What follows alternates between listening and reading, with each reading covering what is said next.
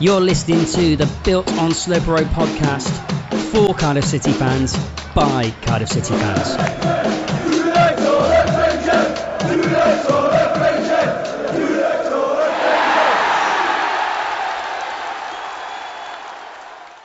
Hello and welcome to the 8th episode now of the Built on Sloper Road podcast. Again, thank you for joining us. We've got another fantastic pod lined up for you this week. No guest this week, but we do have a special podder that's joined us, which we'll come to in a second. As always, look, thank you for getting in touch with us. Thank you for interacting with us via Twitter and Facebook. You can carry on doing that. That'd be fantastic. Keep retweeting us. Keep telling your mates about us. Be fantastic. We've also got the Instagram page, which you can go and like. And as always, all our podcasts are uploaded to the YouTube channel. So you can go and subscribe to that one as well. Okay, right. So let's introduce you to the boys. As always, we have Mr. Adam James. Good evening. How are you? I'm all right. How are you? I'm very good. I'm very good. Bit of live news about an ex-Cardiff City player. Just thought I'd bring you straight in. Straight in. Go for it. Yeah. Current Blackpool striker Michael Chopra has just been booked. Oof. First booking of the match. He's doubled his weekly salary. He definitely had money on himself for first booking. Definitely. Okay, moving on. We've got Benny. Hiya boys, how you doing? Alright? Sorry, Sam. Are we going with a particular accent this week, Benny, or are we just going to see how it goes? Oh, might slip into something, maybe a bit Ron Burgundy, but we'll see. We all know it's going to be pirate. Might be pirate. It's going to be pirate. And we've got Might be Dean pirate. Root. You right, boys? Yeah, how you doing, pal? Yeah, not bad. Okay, in a good mood tonight? Yeah, pretty good mood, actually, yeah. Good, excellent. All right, we'll see how that goes. And joining us as a one-off, a guest podder, as I kind of referred to earlier on, is Mr. Joe O'Dell. Hi, Joe. Hi, how's it going, lads? Yeah. Simon, Joe. Joe. Yeah. Thanks for having me. That's all right, man. Welcome to Built on Sloper Road. So, as we announced on last week's pod, and throughout this week, Joe is going to be joining us. This isn't an interview. You know, we're not going to be asking Joe what his first game was or anything as boring as that. Joe is just joining us as a normal kind of guest podder, basically. So he's going to be getting involved with absolutely everything. Okay, so Joe, I'm sure you've kind of heard in the past as well. We always start off with Dean's stat of the week. So we're going to go to Dean and ask what he's managed to come up with this week. So take it away, Dean. Alright, it's a bit of a boring one this week, but interesting nonetheless. And the first set of rules for football were invented by the London Football Association in 1863. Okay, so Oh, wow. 150 years or something then? 150 Yeah. years? 150, Yeah, this year. Yeah, this year. Yeah. Wow, okay. Yeah, it's quite a while, isn't it? Yeah. Yeah, that's... Right, so the first noise of the week then goes to Benny. Benny, do you want to explain what that noise was, Benny? Or? I was just merely taking note of such an amazing stat. It was sublime. It was. That's something like a rose on, I'm not going to lie. But Dean, to be fair, that's how good your stats are, pal. It's his voice. It was a boot, Dean, it was. It was.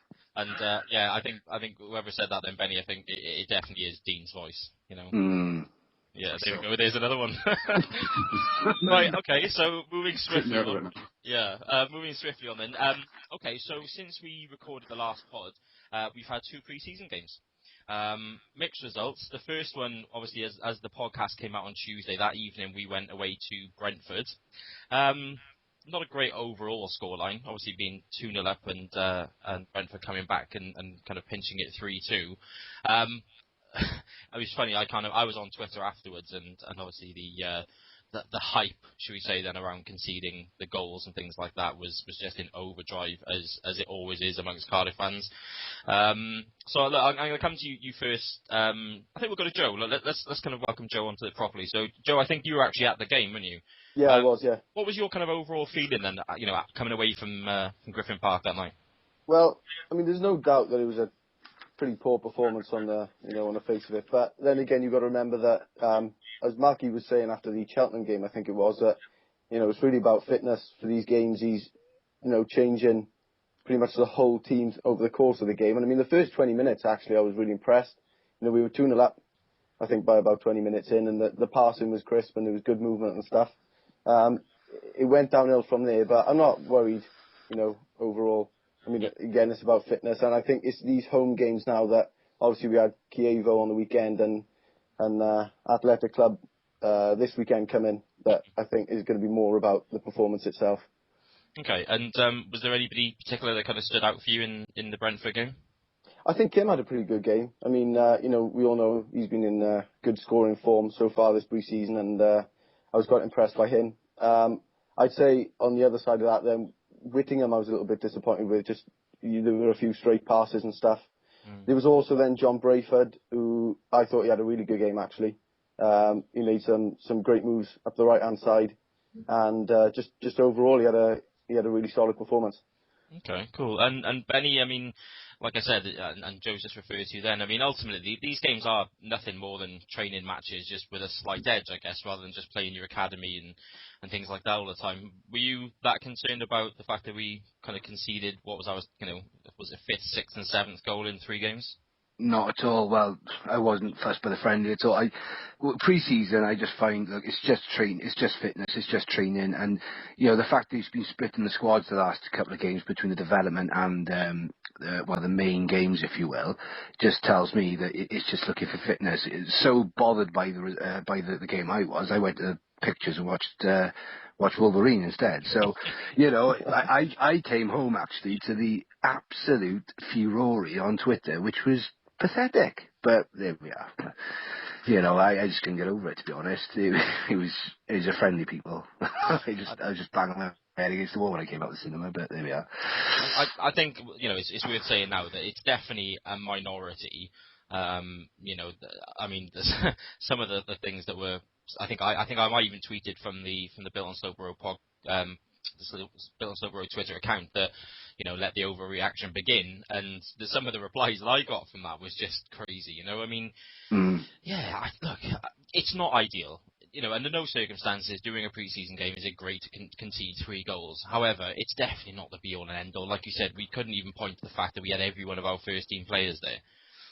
With all due respect to Brentford, they're a decent side. I think they'll do pretty well, actually, in League One. In fact, I wouldn't, bet against them actually winning League One. But, if we had all our players going at it, we'd beat them, or at least have a really good chance. I don't want to sound too kind of pretty big bollocks on it, but, we'd have a very, very good chance of beating them. So, yeah, no, you're right on that. Dean, I think you were at the game as well, weren't you? I mean, do you agree with Joe as well on his analysis of it? Yeah. I'm not bothered at all. I mean, Newcastle got thumped by Leyton Orient 6-1 a couple of seasons, didn't they? And they went on to finish quite comfortably, quite high up on the table, didn't they? I think they won the championship, didn't they? No, they won the championship, they're on. But what I mean is, it's nothing more than fitness. I mean, we had McNaughton come on against Cheltenham and he was playing centre-back. I know he can't play centre-back, but the positions that players were playing in weren't their actual starting positions, Like you had Match was going well forward, he was near enough basically a striker at one point. Yeah. You had Brayford who was basically sitting in midfield. There's one point where he squared up, he had 3 at the back. It's all about trying new formations, about seeing what works, even down as far as quick free kicks, quick corners, set pieces. I'm not bothered at all. I find pre-seasons absolutely pointless in my opinion. Okay. I don't really see the point of need for them. And it looks so far as well that we're going with like what is ultimately like a 4-2-3-1, where you've got the 2 kind of holding, sitting players, and then the kind of 2 supporting the striker. Obviously, we kind of raced into a 2-0 lead after 15 minutes. Good and bad sides, obviously, about that formation. But I mean, overall, from what you've seen so far, do you think that's working? No, I'd say it's more of a 4-2-2-2 as well. I think. To be honest, more than a 4-2-3-1. So you 2 older midfielders, you 2 white men, and then you 2 forwards down. But I don't think. If you notice, we only sort of went downhill when we sat back a little. Okay. But you wouldn't do that in a league game. Like obviously you've got the 2 goals, and we got a tendency to sit back and defend the lead. Yeah. But as soon as we did that, we conceded. But like the goals we conceded, they weren't terrible goals. Like obviously the first Brentford goal was quite the defending was quite sloppy, but like the second one it was a neat bit of play. To say that we conceded terrible goals would be, a bit harsh on Brentford really. The second goal they scored was a nice bit of build-up play, because like obviously I was right behind the goal when they scored.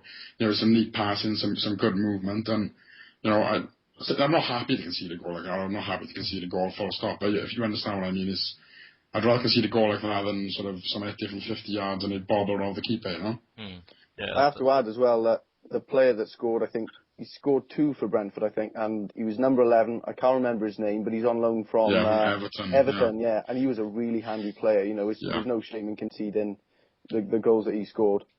I think is it Macaulay or McLally, something like that, or something like that. Yeah. Yeah, no, I think he had Player of the Year last year, I think, for them. Yeah. I think what you've got to remember as well is that was Brentford's last friendly before they started their league fixtures, so that would have been their sort of getting everything right game and really seeing how far they could push themselves in terms of performance. Whereas for us, obviously, it's still about fitness and stuff, so they'll have been given more anyway. Yeah, that's definitely a fair point. Ads, do you agree with that as well? I'm slightly more concerned, to be honest. I'm not overreacting to the point that I'm shouting and screaming on Twitter.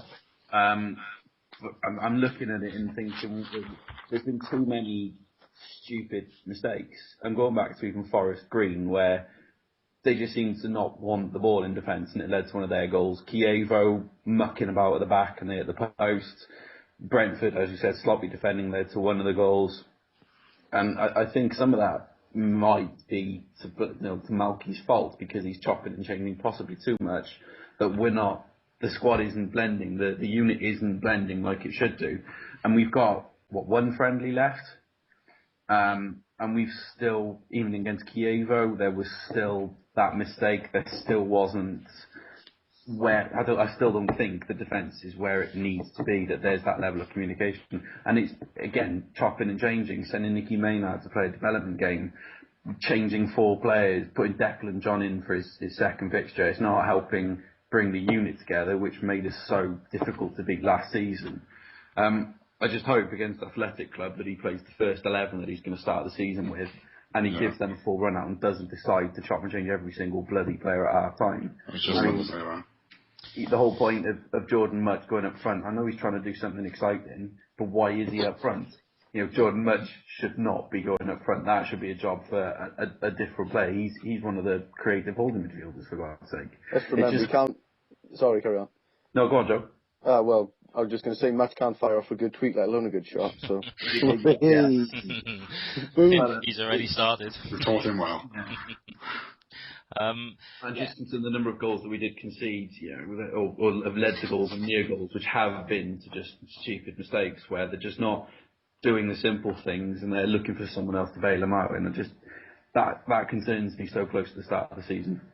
Do you not think, from a manager's point of view, I mean, let's kind of play devil's advocate and say now that you're in charge of Cardiff City Ads, is it not best to have a look at every single player and if these mistakes are to be made, to get them out, so that actually when it comes to the start of the season, to Upton Park on the 17th of August, that we know that we're going to eradicate those mistakes, that actually there's actually a massive positive from making those mistakes in pre-season, so that we don't make them again. But I would have thought at this point, especially with Chievo, it's the 2 big friendlies before we start the season where we should be having match practice. That's exactly my sort of theory on it. Can I point out though, Malky's first season with us, first pre-season, we played Celtic, and the amount of chopping and changing in that game as well, and we lost that game too. So, that and the fact that we actually lost to Forest Green last year and still won the championship. Exactly. Yeah, but there's a bit of a difference. In the last year against Forest Green, we literally played youth. Like solely youth. I think we played 3 first-team players, and now they're not even first-team starters. It was the Conway and who else was there? Velicon, Yeah. But on the other hand, though, if you're this sort of goes back to the point that Ad's made. If you're gonna blame, I say blame is a wrong word to use, but if you're gonna sort of pin the blame really on the defence for conceding, 7? With like a shaky defence, yet we still managed to go and score more than that with a shaky midfield and attack. But we're not going to do that against Man City and that's the problem. Yeah, but if you can do that with a choppy, changey attack, what can we do with a full-strength attack? Yeah, but you look at it, boys, and you think about those, the core of those players, the nucleus of those players have played with each other for the last year and a half. And if you think about it, when it comes down to the actual competitive fixture, let's be honest now. Really, who's played football here between a lot of us here for like clubs? I mean, who really gives a toss about a pre-season friendly? You're going to get a bollocking off the manager at the end of the game, and then go back in the change room and go, "Don't do it again next week." Yeah. It's as simple as that. When it starts against West Ham, that's when they'll hang their heads in shame or pull them high. So I don't think there's anything to look into, to be honest, with the friendlies. I just think that Athletic Club has to be treated as if it was a Premier League fixture. And just to get them to say that, it has to be treated with that level of respect. So the mistakes aren't there. I think it will be. All right. Well, look, we've referenced it a couple of times. We may as well move on to it. Saturday's just gone. We've obviously seen Kievo, which is easily the hardest test of all. I suppose on the flip side of it, as you have mentioned, that there was a couple of mistakes, which, to be fair, probably should have led to goals. But you could say that about any fixture. Sometimes you get away with chances missed, etc. But it was a clean sheet. I've got to be honest. I came away from the game thinking I wasn't overly impressed, but there was some shining lights, I think, from it. Jordan Much was obviously named in the team just before kickoff, but then obviously he must have got an injury during the warm-up because he was out there, and Don Cowie took his place. Don Cowie epitomises, I think, what Malky Mackay wants and loves about his players, and that's that Don Cowie clearly on Saturday was out to prove to Malky Mackay that he is good enough for a starting place against West Ham. Whether that's right or not, and whether he will, is another thing. But he did absolutely everything he possibly could. Box to box, he covered every blade. He was superb. I've got to be honest. He, just like Don Cowie is, the same Don Cowie saw in the first season. He covered every blade and did everything he could. I thought Kim was outstanding. I thought some of his first touches and some Cruyff turns, and obviously he took his goal really well as well. I thought he was excellent. And actually, it's the first time I've seen Declan John given a lengthy run out. And I've got to be honest, I would consider him ahead of Lappin as Taylor's replacement right now, for sure. Just even on that, I think that he should be. I think Lappin's a guy who's coming towards the end of his career, and I think that Declan John has got everything to prove and has got the hunger to want to succeed. And actually, I thought he played really well. He looked very solid. He's got pace. He passed well, linked up well with Noon and everything on the left-hand side of points. So yeah, I came away thinking, well, we probably could have drawn the game, but we won. And it was nice to see some of the the players kind of really fighting for it. Let's have a look. Dean, I know that you were at the game as well. Yeah. What were your overall thoughts of the Kiev game? Well, echo what you say, really. I wasn't majorly impressed with what I seen. The first 40 minutes I thought were absolutely dreadful. The passing was dire, we were flat, there was no movement at all. You had players just literally marking on the attack, who were just jogging with a man. There was no looking for space, there was no making runs. I just thought we were absolutely abysmal I'd even say the first half, I think, really. But the second half, I thought we were more lively. There was a lot more movement. There was short, sharp passing. We started to work the triangles in the middle of the pitch. I was impressed by John as well. I thought he took his chance really well by being given that the first team starting spot. I thought he proved that he wanted to be, maybe even number one choice for left back. He was direct. He didn't sit back. He wasn't afraid. He'd go on runs through the middle of the field. He'd lose the ball. He'd be back up. Covering the area he should be. I was really impressed with him. I think he's going to be a big, big star. Yeah, I think you're right there. So, Ads, I'm going to put this to you then. Obviously, you mentioned the fact that we conceded goals previously. So for you then, was it important then, no matter how it happened, to be able to come off that field and think, right, clean sheet in the bag? Yeah, again, it's nice to have that clean sheet because it is confidence building for the defence and the goalkeeper. But again, should we have scored more, or should they have actually scored? Because you keep on pointing to the fact that, we should have drawn it, that mistake that they hit the post, probably they should have buried that, to be honest. But Whittingham had a good few chances. There was a lot of players that had a lot of chances. Possibly we should have beaten it a bit more. But no, it's nice to have had that clean sheet. It will build confidence going into Athletic, in the next game. And what you're echoing about Declan John, I mean, yeah, he looks like a bit of a prospect. But I just got to look at this. For every Aaron Ramsey we have an Aaron Wildig. And you got to look at, do you want to get him first team football quickly, get him out on loan somewhere till Christmas, see how he's doing, then possibly consider him as a second choice left back over Simon Lappin. That would be my concern with Declan John. Yeah, I mean, you're right. It's a catch-22, isn't it? Because, do you keep him at a Premiership club with Premiership coaches, a very good manager, better players to learn from, or like you said, is he actually better off going to, like Ben Nugent's obviously just gone to Brentford? Is it best to just to get football time under his belt? It's School of hard knocks and all that, isn't it? Yeah, but again, you can look at local clubs. You could look at a Bristol Rovers where you could send him out to, or a Newport County, and he could actually train with the first team at Cardiff City and get match practice at the lower league club. Yeah, I guess that's a fair point, definitely. I mean, like I said, I suppose these are the sorts of decisions that Malky Mackay gets paid very well to make, Oh, yeah. Whereas obviously we've got to discuss them. Joe, what about you then? I mean, again, I suppose coming away from it, it's a 1-0 victory.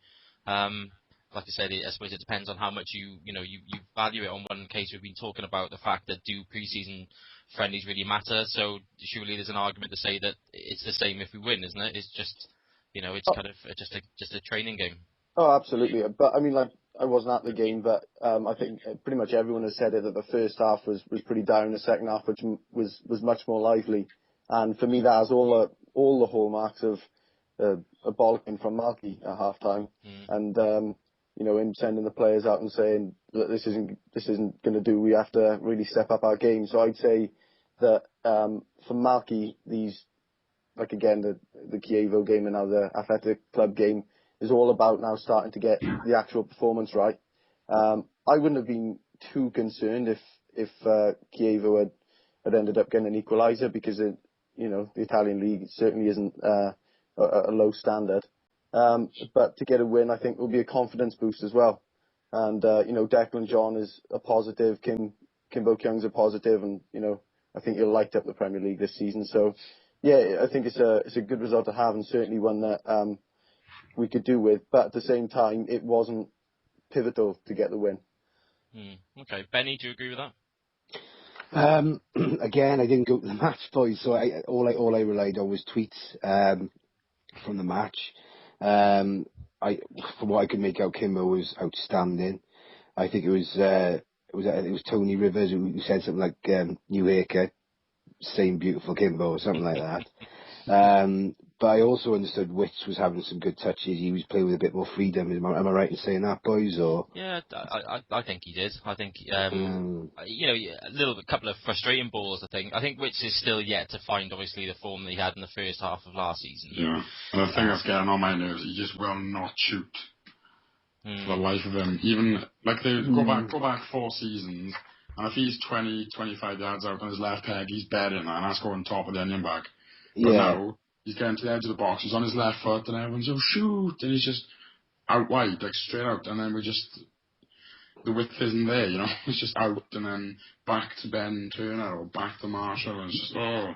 But that was when he was playing that more shackled role, wasn't it? Yeah, but he did have a bit more freedom though on Saturday, though, and he's still, even if he is sitting deeper though, when he gets on the edge of the box and he gets that chance to shoot, Go on. No, sorry, I was just going to say he needs to be taking in chances. Because I go back a few seasons ago, and like I said, he was bearing him from 25 yards or so, and he'd be both top corner every time. But now he just seems to have lost that side of him, But I mean, you look at the last few seasons, really, he's always started the season in blistering form and then faded towards the end. Yeah. So this season could be exactly the same. He could have a belt-in start the first part of the season, then just fade away again. We just don't know with Wits, and we don't know until he actually starts, do we? Really? So. Well, I was going to say that. I mean, we don't even know if he's going to start. It's all down to what Malky thinks. I mean, there's no question that Wits on his day is a Premiership player, but the problem is he's not as reliable as he once was at being on his day, and that's, again, we talked about it just now. It's what Malky Mackay is paid to do. He will ultimately make the decision whether he feels that a Cardiff City side with Peter Whittingham in it gives us the best opportunity to beat West Ham. But I mean, look, for me, it was good to come away with a clean sheet. Like we said, there was a couple of chances really, right? I mean, I was tweeted early on, especially first half of the game, that Kievo probably should have scored. They missed a couple of headers and they could have done better, but it is a clean sheet. And obviously we saw the kind of the debut of a new player, which brings us, I suppose, kind of neatly onto the next section about transfers. We've now got another deal in. I wrote a blog this week about how 7 days can change at Cardiff City. At the time when I wrote it, 7 days previous to that, we'd had one signing in, and everybody's fretting about the fact that we haven't signed anybody, and all of a sudden 7 days later we've got four. So it can change, and obviously this one is the biggest one to date, and I think it really got everybody talking about it. I mean, Steven Kolker from Spurs for 8 or 9 million, whichever it's going to be. Leader Benny. Yeah. I suppose we need to talk about this, because am I right in thinking, Benny, that you said that we should sign Steven Kolker on the first Built on Sloper Road podcast? Well, boys, I'm not saying I did pull this one back in the first pod, and Dean, I told you you're going to say it, mate. I don't know, man. I just thought, what can I say? Yeah, Benny the ITK.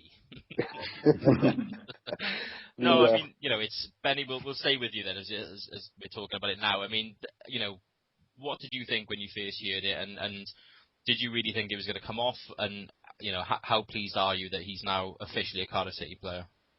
I'm thrilled to bits. He's all right. He's the transfer record. It's not just that. He's probably the biggest centre half signing we've ever made. I mean, I'm not taking anything away from Hudds or Turner or anything like that, but this boy, right, he was class. He scored against us for Bristol City. I sat up and took notice of that and thought, bloody hell, fair play. But then he played for Swansea, and he was outstanding next to Ashley Williams in the Premier League. No one could see it otherwise, even though there's a couple of Swans fans now saying, oh, he's crap. But last season for Spurs, brilliant. But then I just couldn't, when it first broke, I was like, what the hell is AVP doing? I mean, how can he let Kolker go when he's got so much injury problems at the back? Yeah. So I just honestly thought this one, I'm not going to believe until they hold up the shirt, much like what Ads was saying last week about Capoue and everybody else. But outstanding signing, and all plaudits to Malky for pulling it off. I think it's fantastic. Yeah, it's a great signing. Dean, because I know that obviously, we spoke about it very early on, that, the chances of this happening, you've got to be pleased with it as well, haven't you? Yeah. What a coup. I can't believe it was such a great signing. I just, like Benny said, I don't know what ABB was thinking. You got what was it, Dawson, Vertonghen, and Kabul, and Vertonghen's out for a little bit, and he had from an ankle injury. Mm-hmm. Yeah.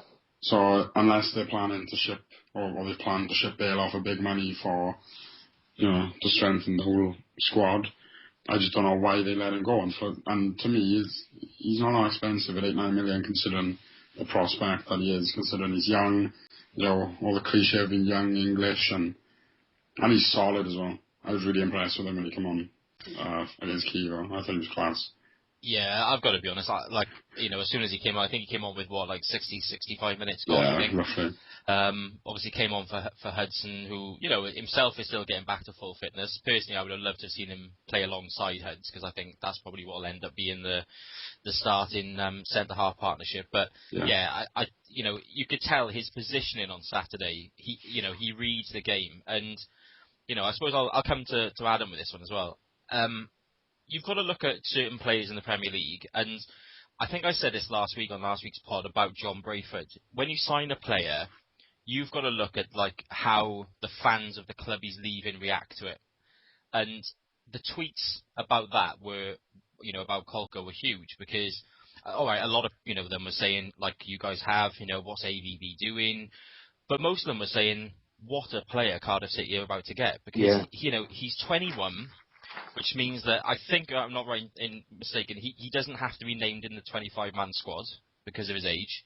So that's huge. You've got to think that normally puts on a good 2 or 3 million more. And for me, all right, maybe he's not worth 8 or 9 million officially, but I think, same again, we've said it before, very rarely do you buy a player for what he's worth. You've got to pay him out to get him out of the club. So with all that in mind, that makes this a phenomenal sign, doesn't it? Well, I just simply wrote down one word: masterstroke. I mean, the fact of the matter is, this guy is £3 million less than Chris Smalling, and twice the player. I mean, Smalling is, how he's gone for so much money is unbelievable, but this is absolutely ridiculously good business. It could be the signing of the transfer window for the Premier League. You look at what Spurs have done. They got to the end of the season, they released Gallas. Kabul was long-term injured, and they thought, we're going to the season with Dawson and Vertonghen, and they're looking at signing a Romanian defender, Vlad Chiriches. And then they've gone into that match against Monaco with no centre-halves because Dawson gets injured in the warm-up. Vertonghen's done his ankle. Kabul, God knows when he's going to play football again. Gallas is sunning on a beach somewhere. And this Romanian bloke wants to go to Italy instead. What are we going to, Spurs have made an absolute clanger. It was actually great fun. When it broke, I was listening to one of the awful talk sport radio stations. And they'd spent the last hour talking about Gareth Bale, and Gareth Bale's going to do this, and Gareth Bale's going to do that. And then suddenly, hang on, Spurs have actually sold somebody. Oh, it's Stephen Kolka. He's gone to Cardiff City. What a signing, back to Gareth Bale. So it's gone completely under the radar as well. But the guy is is a ridiculously good signing. And for 8.5, 9 million quid, Spurs will be knocking on the door again in 2 years, offering us 20 million quid to get him back. It's going to be one of those daft moves that he'll move on if we don't stay where we are. But he's unbelievable. Yeah, that's fair to say. Joe, I guess you probably echo what the boys have said about him, haven't you? Yeah, there's not much else to say, really. I mean, it's, everyone knows it's a fantastic sign, and I think what Ads just said then is pretty much spot on. That at worst, in a couple of years' time, if he progresses the way he should, we'll end up selling him on for a good few million profit anyway. So, I mean, yeah, there's nothing bad to say about the signing. And I mean, the first thing he did when he came on against Kiev was looking dominate someone with a header and power it downfield anyway. So it just sums it up. The guy's got a massive forehead, hasn't he? Yeah, well, I was going to say he's definitely got a head for heading the ball. When obviously we've not had a chance to speak to you about this before. So when it comes to Malky Mackay, I mean, when there was frustration around Cardiff City fans and people were saying things like, Malky takes too long, this dossier project doesn't work. I mean, personally, my view on it is I think anybody that questions Malky Mackay's transfer dealings just needs the head read and needs to learn a bit more about football. Well, you're not going to get every single one right. There's no question about that. But the fact is, what Malky Mackay seems to do is buy a certain type of player, yes, a hard-working player. But for me, all right, he sprinkles it around with, the Helgesons, the Connollys, the Smiths, the experience you need. But he always seems to look for a player that will ultimately be an investment. And I think, I don't know if you agree with this, Joe, but that's something that, as far as a football club goes, that's the sort of asset that you want, isn't it? It really is, yeah. And I think another thing you have to look at is the signings that Malky's made that have actually gone on to become, staples of his first team have never been disappointing. There's not one player that has gone on to play for us under him that I thought, well, bloody hell, that was a terrible signing. You could argue that the only poor signing he's made is Velakonia. When you look at Dave Jones's record, for example, he's brought in players like J. Lloyd Samuel and J. Emmanuel Thomas on loan, and it's just been terrible. And like you say, the long-term prospects that Malky's got with us now, the players like Stephen Corker, and you've got Jordan Much, Kimbo Young, players like that, I think he's really got it nailed on. And he can take as long as he wants, right? Or like it, as long as he makes the signings, and I'm happy. Yeah, I think it's spot on. I think, we've got till 11 o'clock on September the 2nd. If it takes that long to get the right players that are gonna keep us up, then that's how long it's going to take, isn't it? That's what the window's there for. And I think he said time and time again that, yes, he'd like every single player to be in before season starts, but that's never ever going to happen because, you've got a domino effect where, it takes that first kind of signing from someone where they're prepared to let somebody go to have that domino effect, and on it goes. Like I said, there's got to be a domino effect at Spurs. They have to get players in. Yeah. If they don't, then they're gonna, they're not going to be anywhere near the Champions League or even Europa League. Unless they sort out this kind of defender problem, they're going to be more mid-table than they are Champions League. But I suppose that's their problem to deal with. And again, Andreas Villas-Boas gets paid even more than Malky Mackay to kind of sort that out. So, yeah, look, so we're obviously all happy that Steven Kolk is in. I think it's a fantastic signing. I think Malky Mackay's done it again, pretty much under the radar. Obviously fans got to hear about it, but ultimately it was kind of done and dusted before anything could have ever happened anyway. So yeah, I'm really kind of happy about that. So that's the one done deal of the week. As always, there's players linked with us. Boys, the one that doesn't seem to go away is Peter Odemwingie. Now, this is a. I wish he would go away. Yeah, well, we're going on, Dean. I mean, we've been here before. We've talked about him, and I mean, to be fair, I think I did see just before we started recording that there is a club from Dubai or whatever that maybe have tabled a 1.5 million bid anyway. Oh God! So maybe this is or just kind of like a smoke screen. But you're not having him at all, are you? No, I just think he's an absolute arse. Is that his attitude is just terrible, and no matter what you say, his attitude will show on the field. Okay, so he's egotistical. He obviously thinks but he thought he was bigger than West Brom. I'm not being funny. West Brom are quite big, considering the size of the Midlands. But to then go, I want to develop and progress my career at QPR. So he goes down there to basically beg them. Yeah. And what he basically said was, I want an extra 20 grand a week, so can you sign me? His attitude stinks. I don't want him. He wants to develop and progress his wallet. That's what he wants to do. Yeah, I mean, pretty much. There's no progression at QPR when you're leaving West Brom. It's just not. Yeah, that's true. So Dean, we're nailed on with you.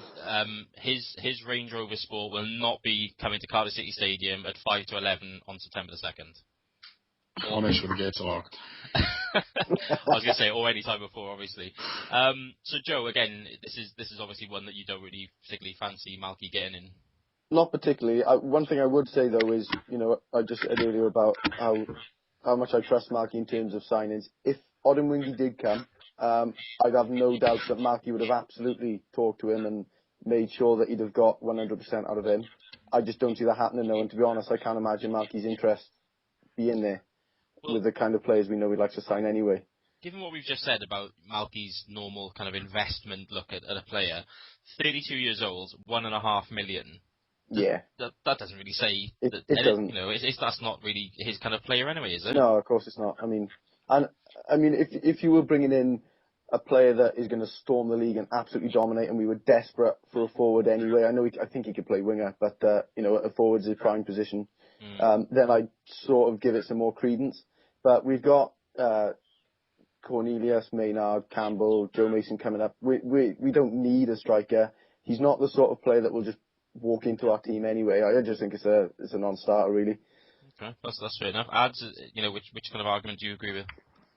I'd compared him to when someone walks into a room, farts, and then the smell hangs around 20 minutes after they've left. So you obviously really like him then? Yeah, it's just a rumour that won't bugger off, basically, and it needs to. It's like one of Dave Jones' 14 goalkeepers. You'll find him in a cupboard when you open the door. It's just a ridiculous signing. Yeah, move on to him. Let him go to Al Nassr for £1.5 million and see off his days playing in 45-degree heat, earning 50 grand a week in a pub league.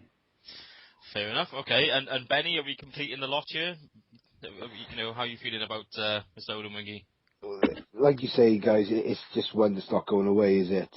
Ads, I love the metaphor you just used, made it superb. But he's a decent player for West Brom, though. I don't want him, because obviously attitude does stink. But is that down to him, or is it the fact he was really poorly advised by his agent? I think that's a poor choice in agent more than anything else, that QPR. And I mean, that is going to hang with him for his whole career.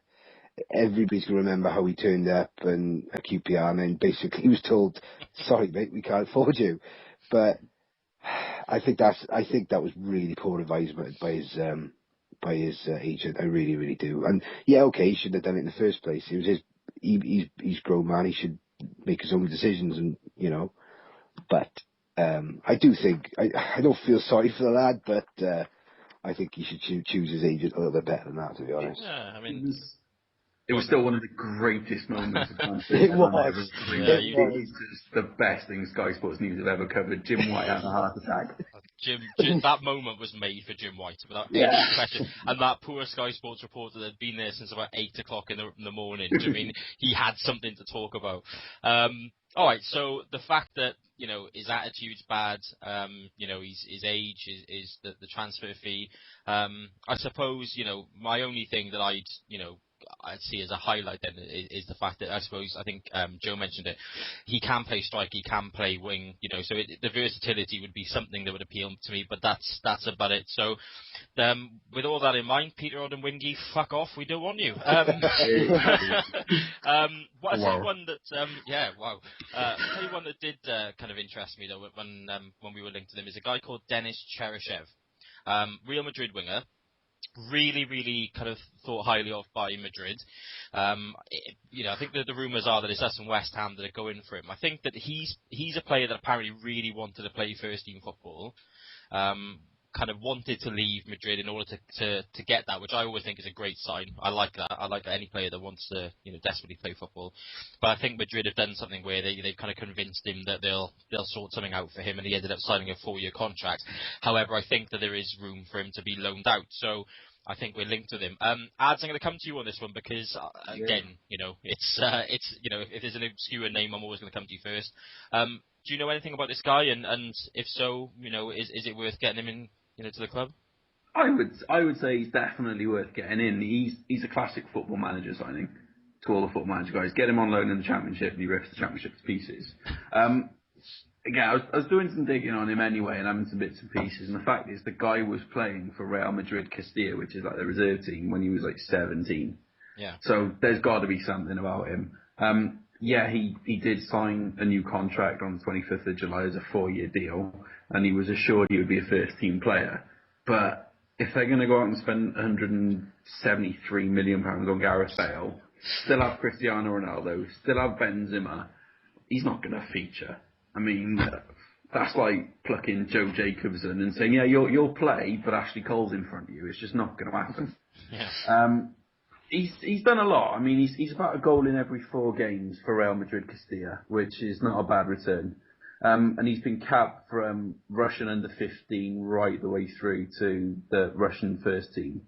And I'd say definitely, but I would go down the route of wanting to get a transfer fee arranged as well. So if he's that much of a hit, we got first option on him as well. Okay. Joe, do you know much about this fellow at all?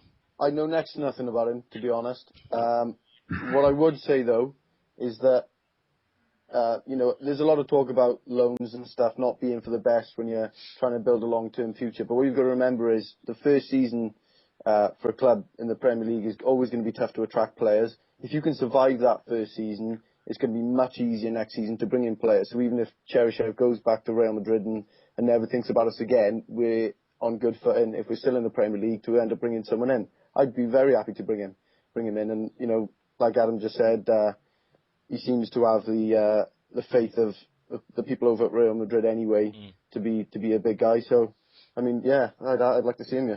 All right, I think that's a superb point as well. What you've just said about just getting us in and keeping us in the Premier League, and also I suppose it's never going to harm if you can strike up a decent relationship with Real Madrid. No, exactly. So that could always kind of go in your favour. All right, Benny, I don't know if you've kind of looked into this guy and whether you think he's going to be good enough. Well, I just wrote on my notes, wait till what Ads has got to say, and then go, okay. But no, I didn't hear anything about him, don't even know who he is until I heard about the rumour, and I thought, oh, okay, I'll wait till Ads brings that up in the pod then. But No, just a gut feeling. I don't think there's any substance to this one. It sounds very much like anybody West Ham have been linked with. We've been linked with Saviola, for example, and that's come to diddly shit. Like so, no, it sounds like a superb player. He's a winger, if I'm right. Is that right? Yeah, that's right. Yeah, right. Yeah. Left back, I think. Hmm. Yeah, he's very versatile there. But like I think, as you said, he's not going to play first team football at Real Madrid if Bale goes for that ridiculous amount of money. So if you pick him up on loan, fantastic. But if not, I honestly can't see this happening, boys. Yeah, not losing any sleep over it, I think is the. No. All right, Dean, what are you thinking about this fella? Yeah, I can only echo what Joe said. Really, is first season is predominantly just about survival. That's all you're really trying to achieve, and as Joe said, it's going to be hard to attract big name players to sign for you, because being realistic, who's going to want to jump on board a ship that could, in theory, potentially sink at the first obstacle, But yeah, it all adds up to really. If he wants first team football, he'll more than definitely get it with us, and a bit of experience for him ready to take back to Madrid. Seems plausible, but I don't know. It is one of them rumours that died down just as quick as it started, so I think it's just a bit of a slow news day, I think.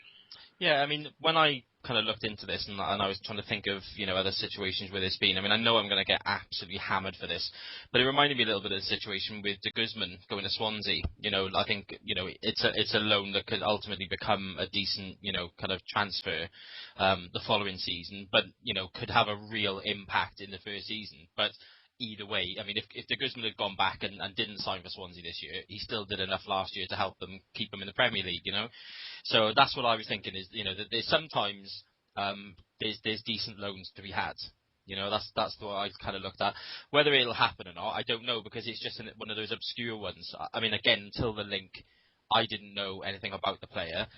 But then sometimes that makes me think that that's why it's going to happen, because Malky does bring out those Andreas Corneliuses and, I would say Bella Conyo, not a great example, but, Kim Bo-kyung, the people we'd never ever heard of before, and then, go on to kind of sign for us, you got to give it to Malky, kind of, his scouting network. They're definitely everywhere.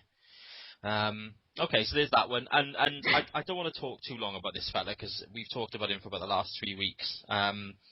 It is officially a saga now when it comes to Etienne Capoue. It really is kind of grinding on me, and I think lots of people have said it, that why is Malky now kind of keeping this going? Why isn't he? I mean, he gave Tommins obviously a deadline. What is it about this fella? I mean, all right, I know he's absolutely class, but, what is it? Why is he not saying, well, look, you need to make up your mind now, pal, or we're going to bin you, sort of thing. So, yeah, I suppose anybody that's got anything on this. Dean, are you kind of fed up with this now? Is this just one we need to put to bed? Yeah, I know it sounds a bit deep, but we don't really know the background or the sort of whereabouts of where this deal is. Like, True. They could, like, the other Tommins, people are going, oh, well, they knew, that he was having a baby, and this. But what you got to think about then is, there's at certain times in your life you've got to make certain decisions, and perhaps that decision might not be right for you. Perhaps Capoue is waiting on some news, or maybe even consider, because it's a big move, for anyone to move to a different country. But like, it is dragging on a bit now. I think the deal is dead, and to be honest with you, I think all that aside, I think the main thing was his agent fishing, I think, for a bigger club. I know I just contradicted myself, but you know what I'm saying. Yeah. But it's, it's a difficult one for me. I don't know whether it's just, like, genuine, because the interest hasn't died down, so Marky thinks there's obviously a spark there that is keeping this alight. Perhaps it is like an obstacle they're trying to work around, but you can't help but feel it's Tommins over again, you know what I mean? Yeah, okay. Benny, fed up with it as well? Benny, I don't know if you're there. He is. He's gone. All right. No, I'm still here. Yeah, I don't know whether you've kind of been fed up with this whole Capoue deal, Benny. Yeah, well, I wasn't on mute. I just fell asleep the whole mention of Capoue, to be honest. No, this has got Tommins written all over it again. I think, unfortunately, Malky's going to let it drag the arse out of it for as long as possible, just to try and let him make up his mind. Go, okay, I'll come to Cardiff. But I think his obvious attention is elsewhere. move on, I reckon. If he signs, epic, but if not, let's move on to other targets, I reckon. Alright, fair enough. Joe, how are you feeling about him? I can't help but echo everything the others have just said. And to be honest, I've sort of put it out of my mind now. I'm not bothered whether he comes. Well, I say that if he came, I'd be bouncing off the walls. But if he doesn't come, I'm not too concerned. What I would say though is that I wouldn't be surprised if Marky dropped the issue 4 days ago and just hasn't bothered thinking about it since. We never know. One thing I would say is that there's all this reported interest from Atletico Madrid, and one of their players, Diego Costa, there's talk of him on I think it's a £20 million move to Liverpool. If that goes through, there's definitely a possibility there that they've been saying, well, we'll use the money from that to fund a bid for Capoue. So I think there's all that wrapped up in it as well. But I'm not bothered about it anymore, and I don't think he'll come, to be honest. I think I mentioned this during the week. I don't know. Maybe they will. I mean, it's not to say that if you sell a striker, you have to then buy a striker. But I think having sold Falcao, all right, they've got David Villa in. But if they do go and sell another player that's been quite decent in the goals for them, do they then go and buy a defensive midfielder? I still think that although they've got a few strikers there, I still think they need to replace. I think they still need to replace him. I think that's one thing. But I don't know. I mean, like I said, there's no rule saying that if you sell a striker, you buy a striker. But and Ads, just to kind of finish it off, then where are you on Mr. Capoue? Just to quickly say about Atletico Madrid, if they've sold Falcao and they sell Diego Costa, who's going to score them goals? I reckon they'd need to buy a striker because they've lost their two main. But with Capoue, I just blame his advisors, plural, for stirring the pot. If he wanted to play football, he'd have bloody joined us. So let's sack him off and sign Liam Bridcut. I'm well up for that, or Stefan and Bay.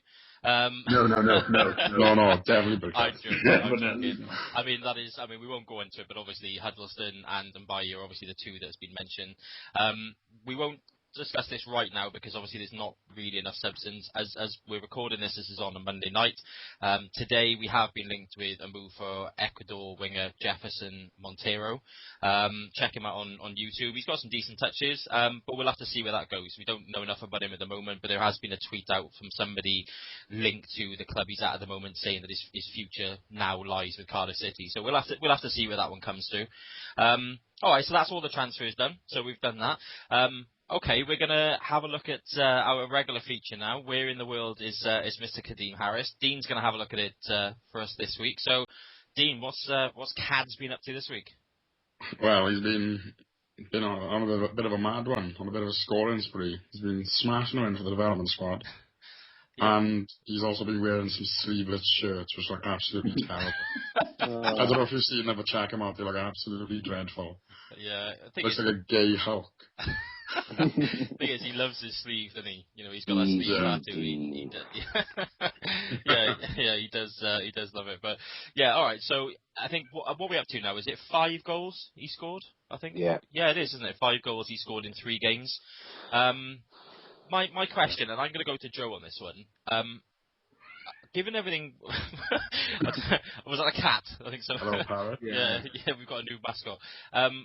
Joe, given what we've talked about, the fact that, all right, we don't want to mess around too much with the side for the Athletic club game on Saturday, is there not an argument, surely now, that Kadeem Harris needs to be at least on the bench and given some sort of run out in just to prove himself, just to keep the morale of the kid going, surely? I'd say there is, just because of the fact that if however many goals he scored, I think 5 you mentioned, or whatever it is, if that's not going to give him a chance in the team, is he going to start to think, well, nothing will? He's, how old is he at the moment? 20 or 21. 20, 21. He's at the age now where I think he's starting to need that, I don't know what the word for it is, that exposure. That boost, that confidence to make him realise that he does have the opportunity to do it. I'm definitely think that he'll be given his chance this weekend against Athletic Club, and maybe even in the league, or in the Capital One Cup when that comes around. So I'd like to see him given a shot, and if not, send him out on loan. There's no reason not to. Yeah, definitely. Dean, I don't know if you saw the highlights from the Hereford game on the weekend. I mean, he took his goal really, really well. And, you Yeah. know, we're talking a lot at the moment about, we need a winger, we need a winger. You know, all right, he's not the finished article, but, you know, he could be an answer, surely, couldn't he? I mean, there's something about him, you know, so, do you think he's, in a meaningless friendly like this is, surely it's worth giving him a place on the bench and then just giving him something, you know, like you said, whether it's a boost, but also just to see how he links up with, you know, the other better players in the team, you know? I don't know why we haven't seen him on the bench a long time ago, to be honest with you. Yeah, I think that's a fit. You know, he might not be, you know, he's still raw, you know, he's still learning, but what's the point on, you know, with respect to the development squad, what's the point on putting him in with kids that are trying to earn scholarships when we need him to be pushing to knock someone like Conway off a spot on the bench? Hmm. Does that make sense? So that's no disrespect to any of the development squad, obviously, because hence the name, they are developing, but I think he's developed as far as he can under them. I think he needs to push on with the first team squad. And it can have a domino effect as well. You've got players like Craig Noonan, like you said, Craig Conway, who maybe don't have the most opposition in the squad just because of the lack of real wingers we've got, and you can give them a kick up the arses and say, I'm coming for your place. So. Yeah, I think that's a good point. In fact, Ads, I think you said this last week about David Marshall. I think when they brought Lewis in, that had a positive effect on David Marshall. So do you think that as well, that, if suddenly Kadeem Harris starts getting given a go a little bit, then people like Conway then may even kind of pick their game up and, and Noonan the same?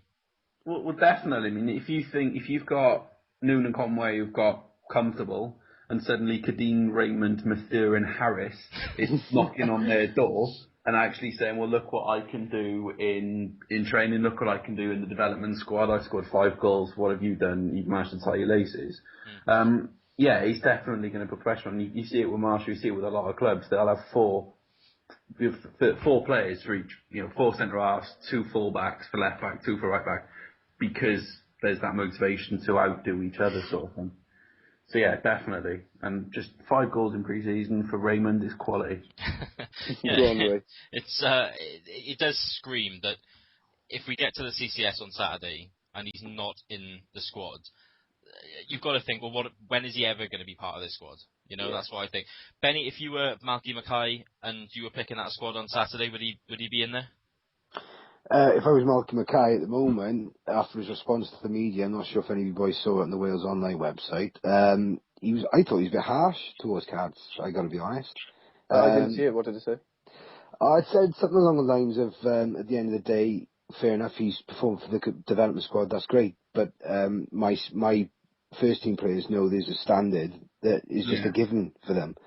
I thought, well, that's a bit harsh on Kadeem because he's only a young lad, but bearing in mind, Malky was the one who went out and spanked him, yeah. Yeah, spanked him anyway. Do you want me to read the quote out, Benny? Please, yeah. The quote itself is, "We are watching the progress of all development players closely.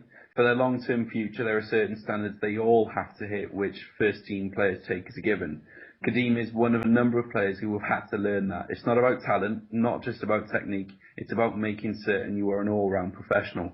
That spills down from myself, staff, and first-team players, and is beginning to show within the development squad."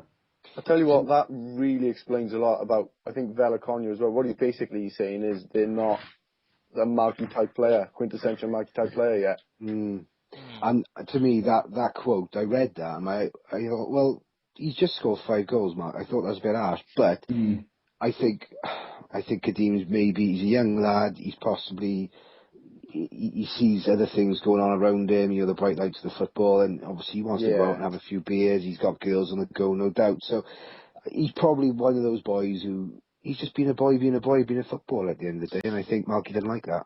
I tell you, go on, Joe.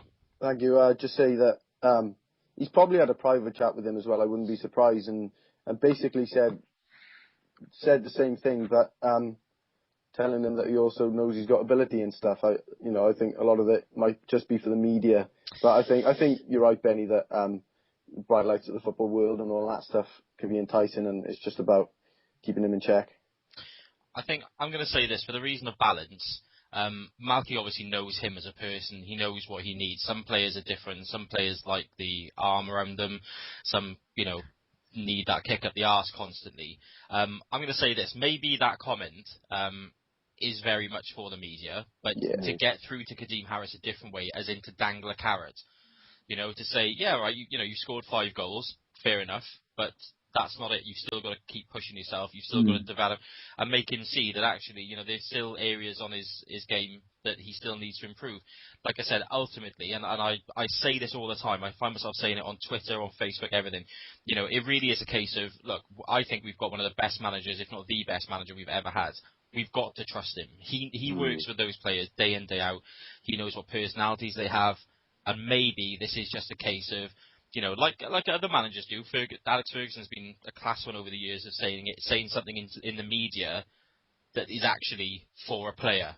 That he knows they're going to see it, they're going to read it and think, fuck you, I'm going to show you, And maybe that's what it'll do. Maybe that'll kick Kadeem Harris again into action and prove it. But which I'm all for. Definitely keep pushing a player and getting the best out of them. But I do think that he's done enough to deserve something, because before long his motivation will drain, and I don't think we can afford that to happen, because I actually think that we've got a bit of a starlet on our hands there, and if coached properly, I think again he could end up being a very, very good investment.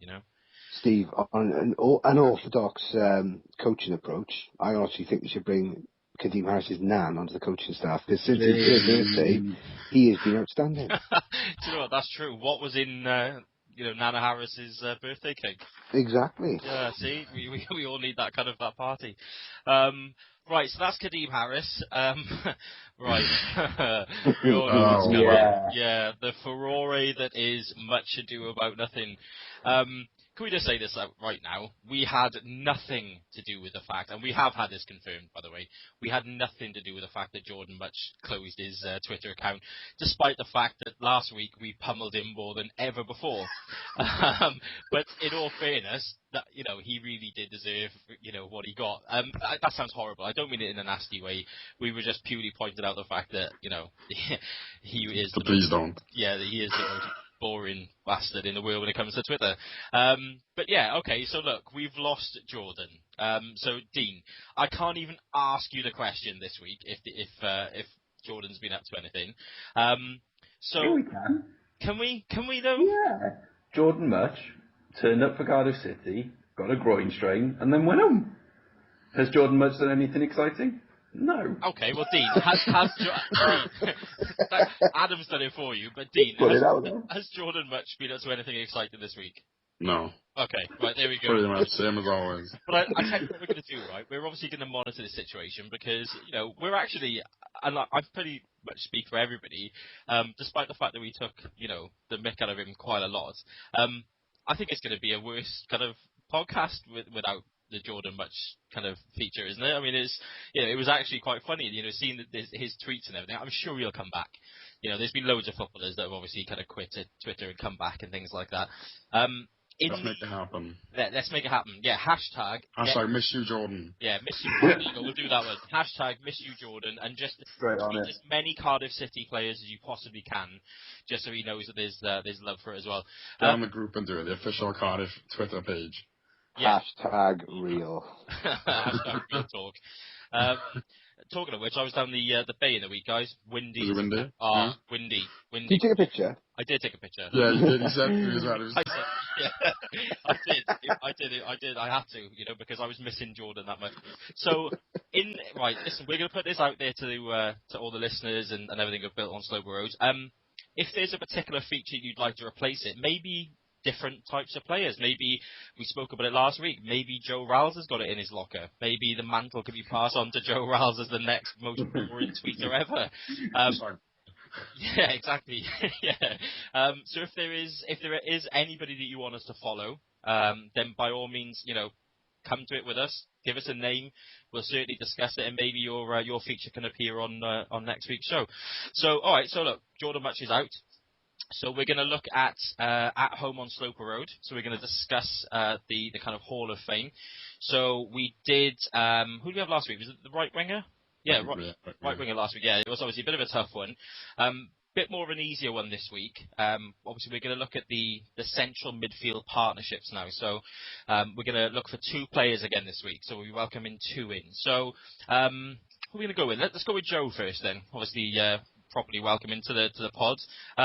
Joe, so I'm sure you know already, but every week we look for the best player or players in a particular position of the last 20 years. So this week then, centre midfielders, who have you gone for? Oh, it's a tough one. Are we just going on a Cardiff level or on a level as a whole?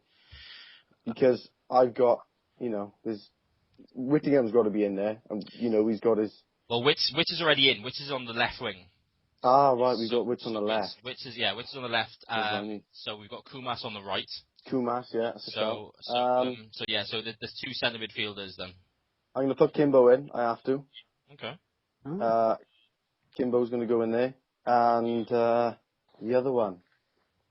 Oh.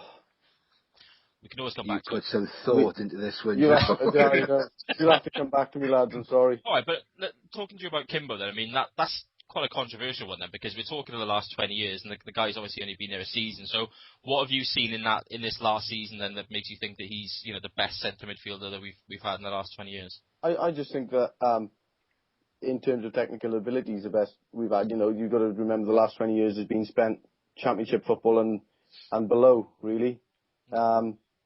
And to get a player in like Kimbo, South Korean international, those giants of world football and all that, I think he's going to be a star. So yeah, I've got to put him in there. The other one, like I said, you'll have to give me some more thinking time on that. All right, we'll come back to you on that one then. All right, Benny, who have you kind of gone with? Well, there's a few that have come up over the years. I'm not going to go through all of them. I did think about Kimbo, Joe, I got to be honest, but because he's only been there for really half a year, really, of what we've seen of Kimbo, and that was sporadic at times because Matthew wasn't picking him, he was saving him for the right time. But my all-time favourite, and I'm going to get so much stick off my cousins for this one because they rip the piss out of me every time, Willie Boland. Love him. Okay. My all-time favourite Cardiff City player, I love him. He's like, when you talk about performing, you can look no further than that Leeds match. Because I tell you what, he was outstanding alongside Bonner that night. And I'll never forget, my father turned to me in the car park afterwards, where the City stadium's built now, and he turned around and he went, "Son, Boland and Bonner worked their fucking cocks off tonight." And I honestly think he was one of the... Wow. He had a tackle to make the Wolverine purr. He was superb, boys, I tell you. But that's one of them. Aaron Gunnarsson, the other one. I followed him since Coventry. Every time he played against us, he took us apart. So when he signed for us, I was naturally over the moon. He's box to box. He's 100%. He's honestly, he's by far one of the best centre midfielders we've had. Those are my two boys. That's fair. On Willie Boland, yes. Two words I think springs to mind about him. Definitely unsung hero. Absolutely. Just one of those players where he never ever did anything exciting ever. But if he didn't play, then you knew he wasn't playing. That makes sense. So he had a kind of a real big one. Gunnarsson's an interesting one as well because obviously only been there kind of a couple of seasons and but yeah, obviously brings a lot to the team. So that's quite interesting. All right, I'm going to see how this goes because for me, I assumed that having spoken to two people already that this particular name would have come out there. So, Dean, I'm going to ask you who you've gone for. The first one I put in, didn't have to think about it. As Benny said, Alan Gunnarsson. Okay. I think it's been a good few years since we've had such an aggressive yet calm midfielder, if that makes any sense. When he's going forward, he sort of trots around. He's always there, for just that link, just that little pass. He's not always the defense splitting pass, but it's just that little.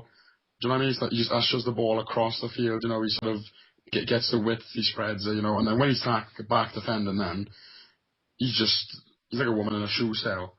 Yeah. He's just bang, he's straight at you. He's in your grill. He's sliding left, right, and centre. He's barging off the ball, and he's like a caveman for me. I just love him, box to box, and I think he's gonna be one of the best midfielders you've had in a while. Steve, you just swallowed a book of cliches tonight, I Yeah, I did. Okay, so that's number one. So Gunnarsson's your choice. Number two.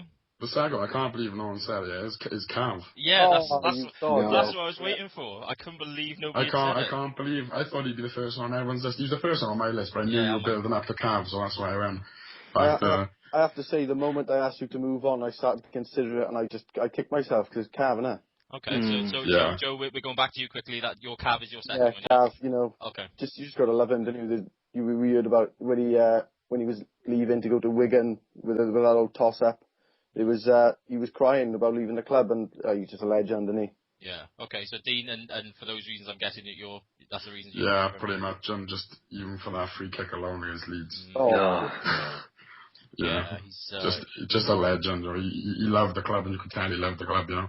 And I just think he's just a legend all over. Like I don't know if ever seen that the DVD, the Kavanagh DVD, you are Kavanagh one. Yeah. Have you watched that? It's just the interviews on there, even still now, the way he speaks about the club, and he speaks about the club well, and he's just, a proper Cardiff boy, like, even though he's not from Cardiff, you know what I mean? He's like one of us, you know?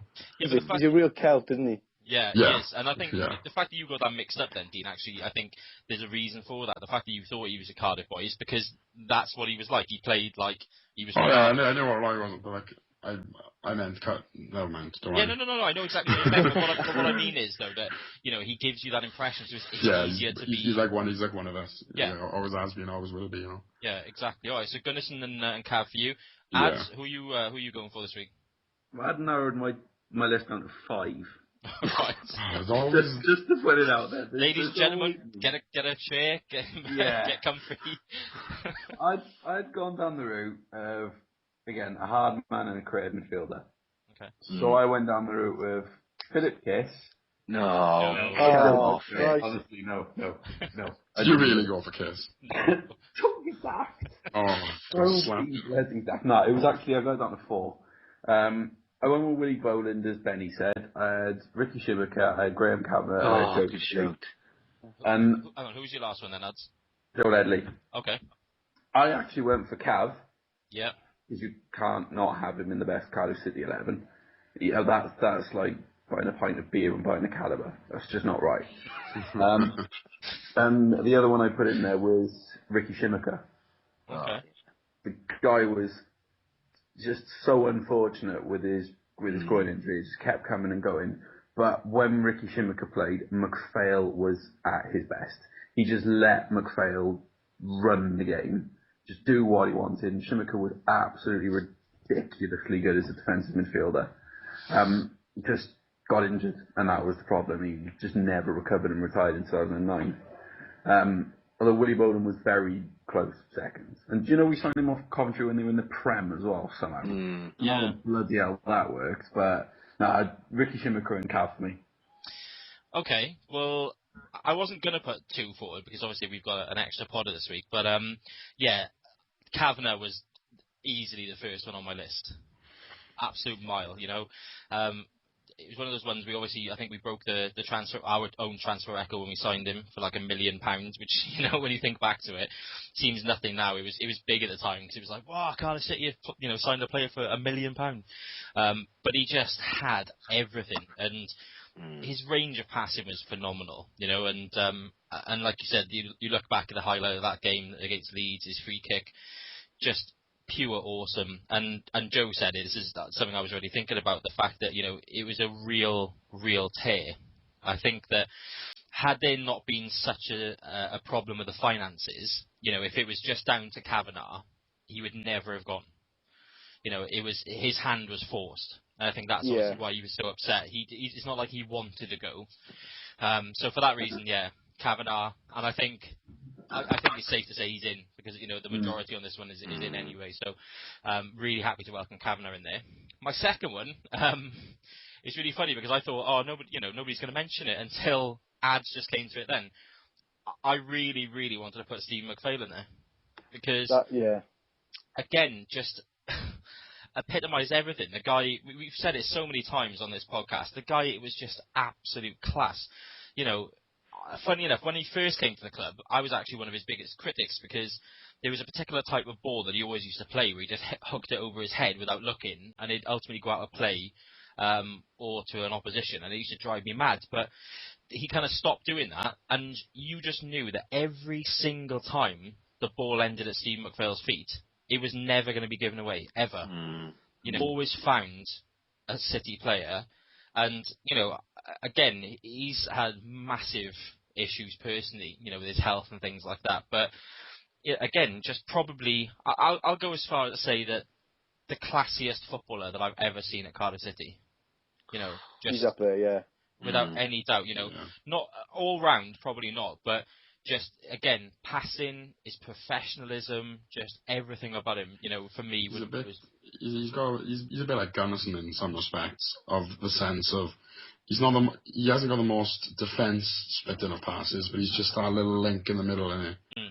Yeah, just sort of he shifts the ball from what the hell was that?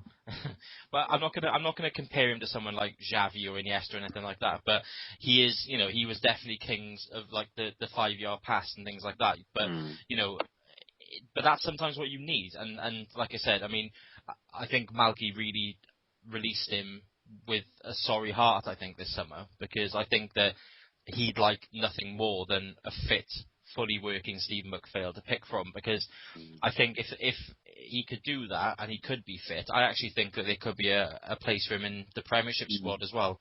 But obviously he can't, So there we go. So look, Kavanagh's in. So this is quite a tough choice because we've got quite a few to pick from now as well. I can't go with Kim. I think it's too early for him. I think you guys have mentioned Kim. I think that you're right, that he will be a future star. And I think if we were doing this podcast, having this conversation in, say, 2 or 3 years' time, I think there'll be no question that he'd probably be in there. But right now, I don't think he's done quite enough just yet. We mentioned Ledley. I've got to be honest, I thought about Ledley. But controversial. I don't know. He's Cardiff boy. I don't think he can go in there. I think it's out of Boland and Schumacher, and I think I'm gonna put it on this. Schumacher, without any question, was better than Boland, right? But for me, I think so. I think that he was. I mean, especially when he was with Villa. I remember when we signed him and thought, wow, we've got a player. Because I remember him at Villa. I remember Villa being top of the league at Christmas. Remember that point, McPhail and Schumacher partnership was outstanding. He was outstanding. You can remember he was just marauding through. He was scoring all those goals at the beginning of the season. He was outstanding. But yeah, go on, Steve. Well, just for that. But I think that his injuries ultimately hampered him, and I think that there wouldn't be a discussion to be had if he had been fit and played so many games. I'm going to put Willie Boland in, I'll be honest, because I just think that for what I said earlier, that he's a player that you knew when he wasn't there. He just tidied things up. He wasn't a destroyer, but he got in the faces of people and just nicked the ball off them, and then he probably didn't really move much from either side of the centre circle, but that was enough for him. He didn't need to do much more. That's what he was really good at, So look, that's what I think we're going to go with. So Graham Kavanagh, welcome in, and Willie Boland, welcome in. So well done, guys. You're in and coming to live on Sloper Road forever. So yeah, welcome there. So Ben, you're just chuffing because you're just going to miff your cousin off. Oh, mate, I tell you what, say all right now, shout out to Redondo, right, on Twitter, in your face, because you haven't got a clue what you're talking about. Hashtag in your face. Well, just out of curiosity, who was his 2 choices? Yeah. Whose? Yeah, your cousins. Or did he not pick him? He didn't pick any, no. I think he's busy at the moment, so I don't. I know he listens to the pod, so Redondo, while you're listening to this, tweet us and tell us your 2 choices of who you would have put into At Home on Sloper Road, and we'll retweet it. We'll get it out there so people can see. So we'll make a highlight of it. So that's it. Look, another great pod, guys. I think we've covered everything that's happened this week. So I want to thank you all for being on, especially Joe. Hope you've kind of enjoyed your first experience of Built on Sloper Road. I have enjoyed it very much, and thanks for having me. No, listen, it's been a real pleasure, and actually I think you brought a lot to it this week. So yeah, no, thanks, pal, definitely. Brilliant. And, cheers, bye. Yeah, no worries. Cheers, Joe. Obviously, just in regards to everything else, again, carry on getting involved with us, as I said earlier, with all the different forms of media outlets there is. Another push again for our fantasy football team. If you've not joined up already, get over to Sky Sports Fantasy Football. The league is Built on Sloper RD. and the pin again is 8003104. There is also a picture as well on our Twitter page. I think it's the kind of fourth or fifth picture in, which has got all the details of the It's pin. maybe more than that now because you've done. True, that's true. Yeah, but I'll repost it at some point. there we go. Dean's going to repost it. So yeah, go over to our Twitter page and you'll be able to see that there. So yeah, listen, great pod again, guys. Thank you very much for listening. Get in contact with us. We'll obviously be back again the same time next week. So enjoy your week, and we'll see